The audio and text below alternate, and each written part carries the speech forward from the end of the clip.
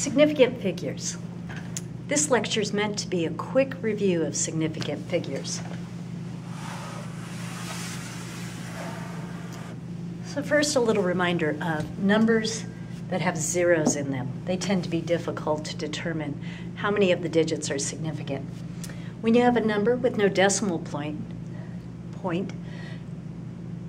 you start on the right side of the number and you begin to count significant digits with the first non-zero digit.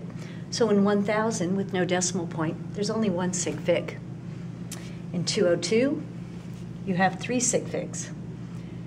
When a decimal point is present, start on the left side of the number, count with the first non-zero digit, and keep counting significant digits until you get to the end of the number. And I use the term significant digit or significant figure interchangeably. So here I have 2 sig figs. In 0.0045, start counting with the first non-zero digit. You have 2 sig figs. 1.01, start counting with the first one on the left of the decimal and keep counting till you run out of numbers. You have 3 significant figures. 4.500 times 10 to the second, you can ignore the power of 10, the magnitude of the number. You just want to look at the mantissa, and we have 1, 2, 3, 4 significant figures.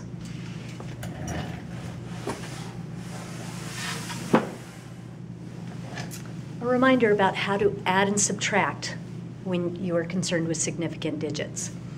So, when you're adding and subtracting, you don't look at the significant figures, but you look at the number of decimal places. So you're adding 4 plus 6, you all can add that to 10, but how many zeros do you put on it? None, 1, or 2. You look for actually the least number of decimal places, and so we have 1 decimal place in 4, so our answer should have 1 decimal place. With 10.0, it tells you that the uncertainty is 0.1, so it means you can go up 1, 10.1, or down 1 to 9.9 for your value. Subtracting, I have 15.00 minus 2. We all know that's 13. The number of decimal places determines how you express your answer. 15 has 2 decimal places. 2 has 3. You always go with the least number of decimal places for the digits that are involved in the calculation.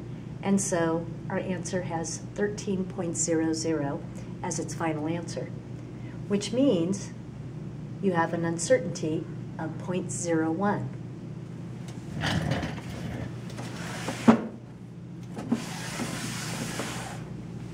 Multiplying and dividing with significant figures. Now you need to count how many significant digits are in your numbers. I have 2 times 2, but the first 2 has 2 decimal places, so 3 sig figs. The second 2 has 2 sig figs.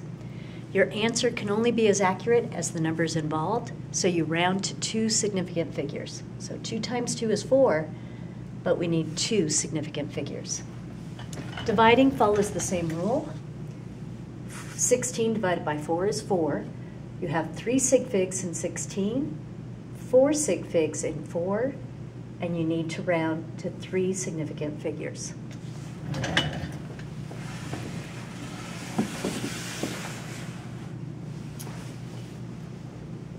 Zeros are very important when you're recording a number.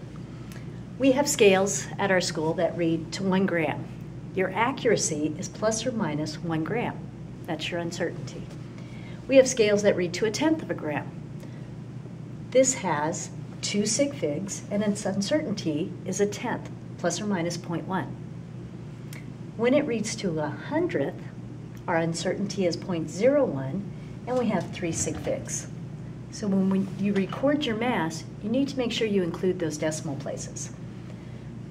When we have 1,000th of a gram uncertainty, your reading has 4 sig figs.